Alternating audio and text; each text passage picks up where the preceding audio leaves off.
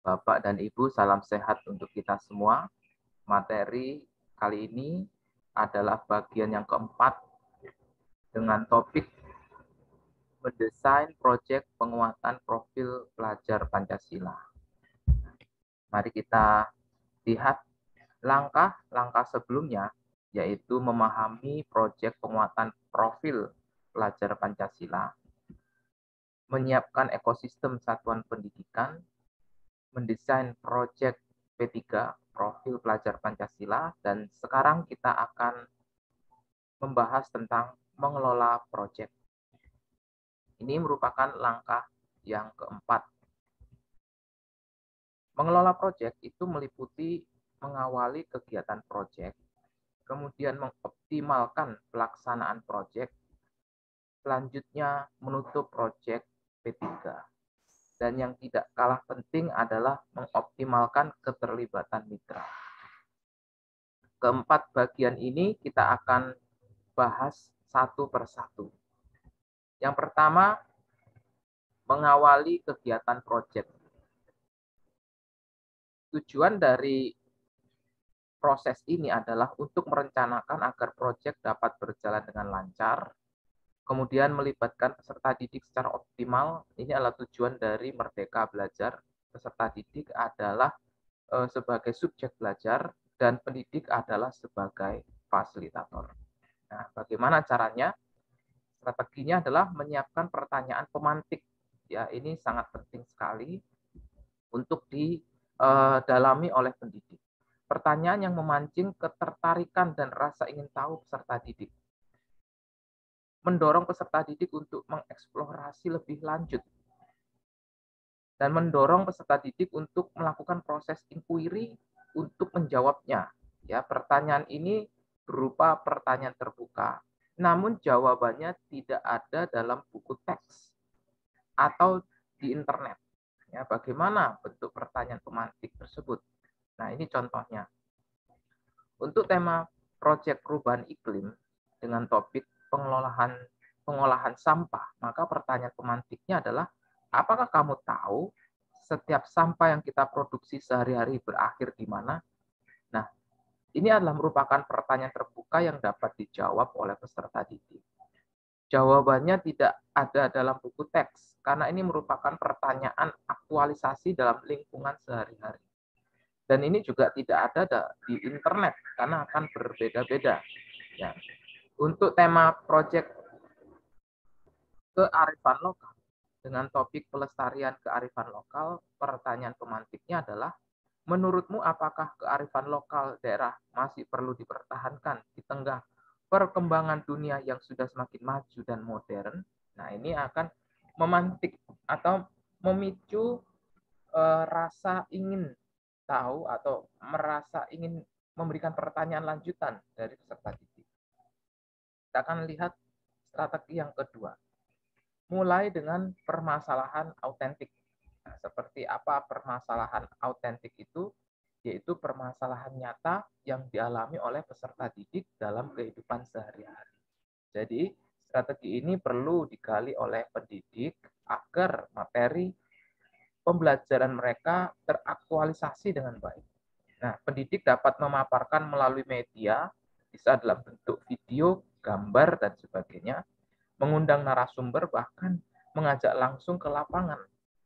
Ya. Nah, contohnya untuk tema gaya hidup berkelanjutan, permasalahannya kebakaran hutan, polusi kendaraan, tergantung muatan lokal. Ini mungkin di daerah dengan hutan, ya, daerah hutan atau mungkin daerah perkotaan. Untuk kearifan lokal, dampak negatif modernisasi. Ya, ini biasanya secara umum ya, karena modernisasi dalam bentuk peningkatan atau penggunaan digital ataupun alat-alat modern ini akan berdampak dengan kearifan lokal. Nah, kalau ini masalah yang akan diangkat, maka materi pembelajaran tersebut atau proyek profil pelajar Pancasila ini akan teraktualisasikan atau peserta didik dapat merasakan dengan nyata manfaat dan tujuan dari proyek tersebut.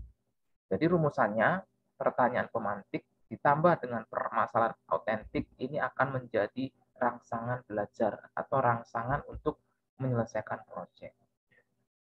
Bagian yang kedua, mengoptimalkan pelaksanaan proyek. Bagaimana cara mengoptimalkan pelaksanaan proyek?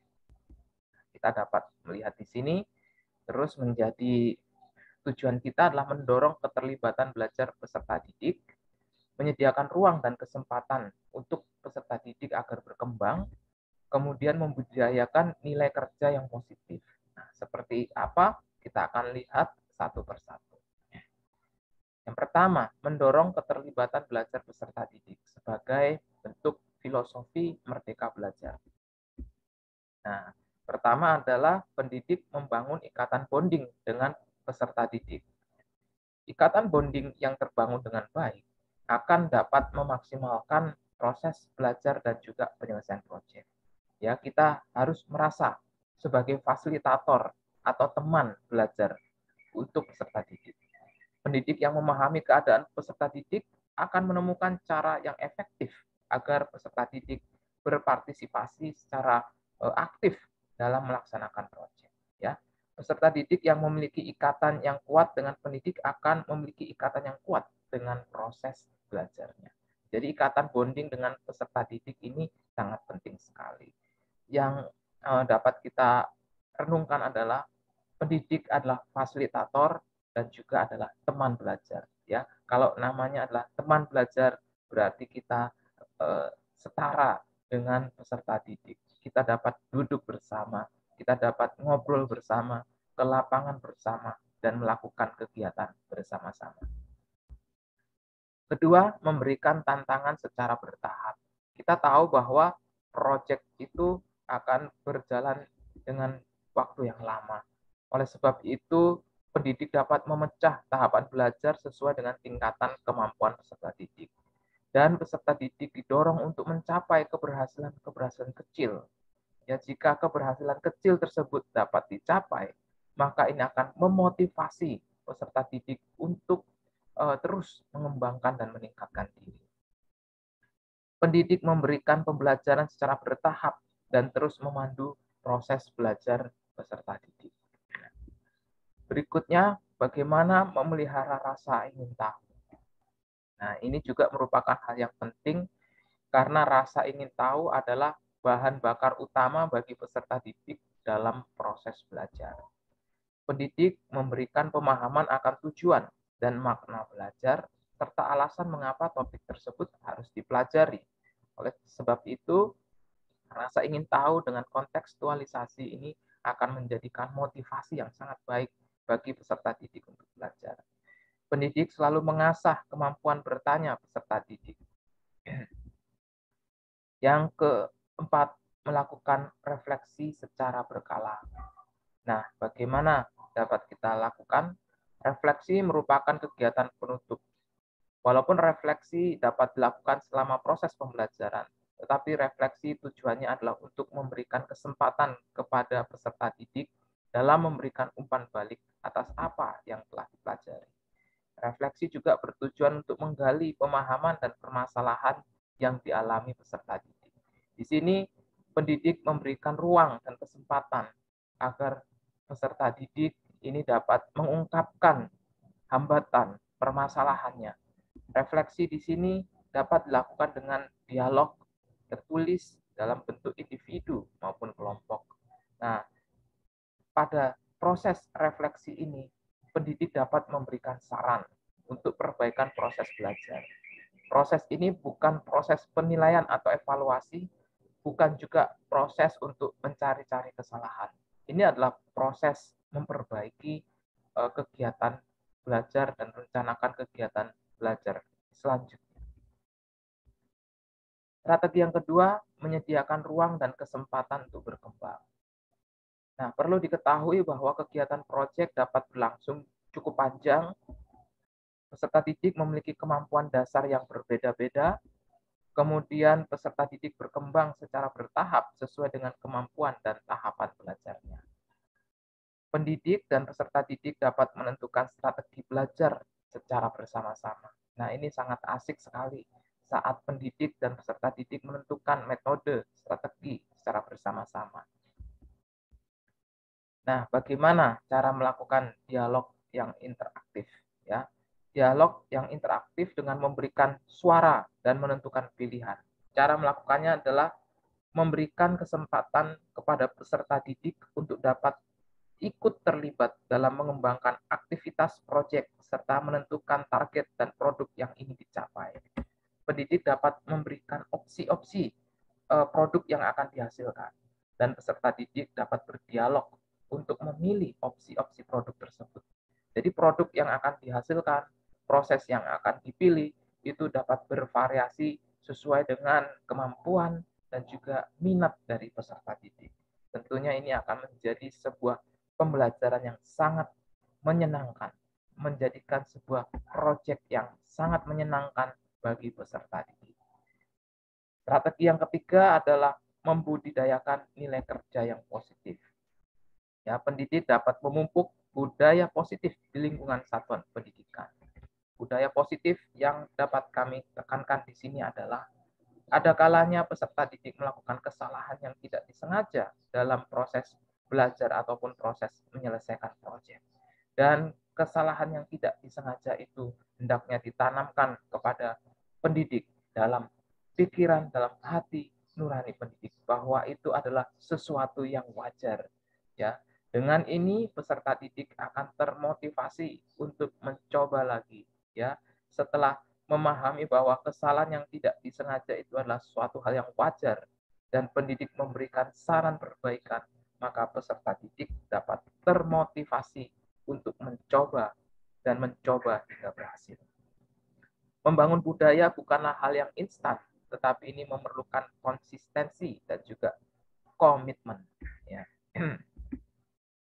Nah, di sini pentingnya mengasah kemampuan untuk dapat mengatur waktu dan pekerjaan. Ini adalah budaya-budaya positif, mengolah dan menindaklanjuti umpan balik, membangun inisiatif, memilih tantangan, mengevaluasi diri secara berkesinambungan, memiliki kebanggaan terhadap hasil karya yang telah dicapai dengan proses yang optimal. Di sini letaknya kita dapat memberikan apresiasi.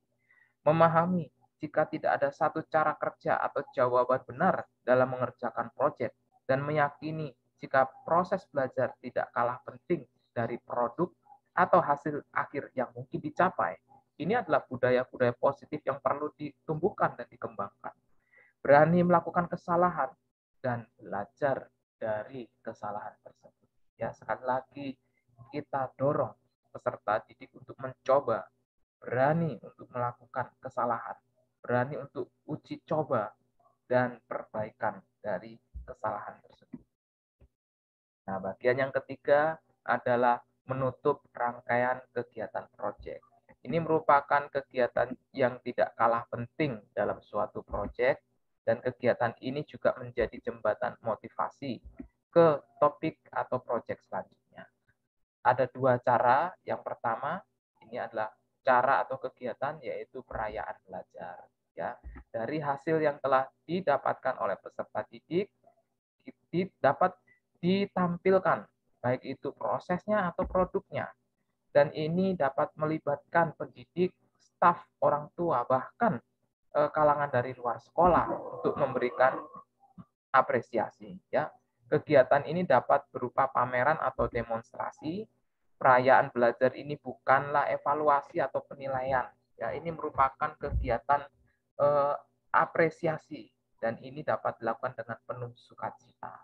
Dan perayaan belajar ini dapat melatih peserta didik dalam hal kemampuan berkomunikasi atau public speaking. Jadi ini merupakan kegiatan penutup yang sangat baik. Berikutnya adalah melakukan refleksi tindak lanjut atau rencana tindak lanjut. Diawali dengan proses refleksi, ya. Di sini kita dapat melihat refleksi dan tindak lanjut dapat melihat kembali proses sebelumnya, apa yang telah terjadi dalam proses yang telah dilalui dan juga merencanakan kegiatan atau proses selanjutnya. Dapat berbentuk verbal maupun tertulis dan refleksi dapat dilakukan dalam bentuk pertanyaan-pertanyaan. Nah, di sini beberapa pertanyaan yang dapat kita ajukan dalam kegiatan refleksi. Ya, pertanyaan yang kedua, misalnya, bagaimana upaya yang sudah saya lakukan selama melaksanakan aktivitas proyek ini? Apa saja tantangan yang saya alami? Apa yang biasanya saya lakukan untuk menghadapinya? Dan pertanyaan-pertanyaan selanjutnya. Ini merupakan pertanyaan refleksi dan juga dapat digunakan sebagai tindak lanjut. Ya, ini sangat penting juga untuk dikerjakan dalam proyek penguatan profil pelajar Pancasila. Bagian yang terakhir adalah mengoptimalkan keterlibatan mitra. Nah, di sini orang lain atau orang dari luar satuan pendidik ya ini turut merasakan proyek ini akan memberikan gambaran yang kuat bagi peserta didik akan arti proyek tersebut.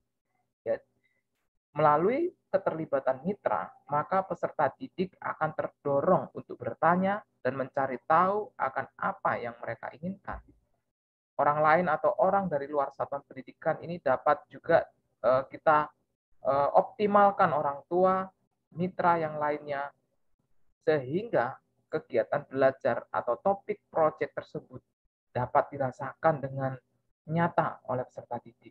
Saat kalanya ada orang tua yang berprofesi yang terkait dengan proyek diundang untuk datang dan memberikan kesaksian, memberikan pengalaman, serta memberikan pengetahuan yang benar-benar kompeten di bidangnya dan sesuai dengan proyek tersebut, maka ini akan menjadikan satu hal yang sangat menarik dan memotivasi murid untuk menggali pertanyaan-pertanyaan penting dan menyelesaikan proyek mereka masing-masing. Nah, Bapak dan Ibu di satuan pendidikan, mari kita optimalkan proyek penguatan profil pelajar Pancasila. Ada banyak cara yang dapat kita lakukan, namun kiranya melalui materi ini kita dapat merenungkan beberapa poin-poin yang penting.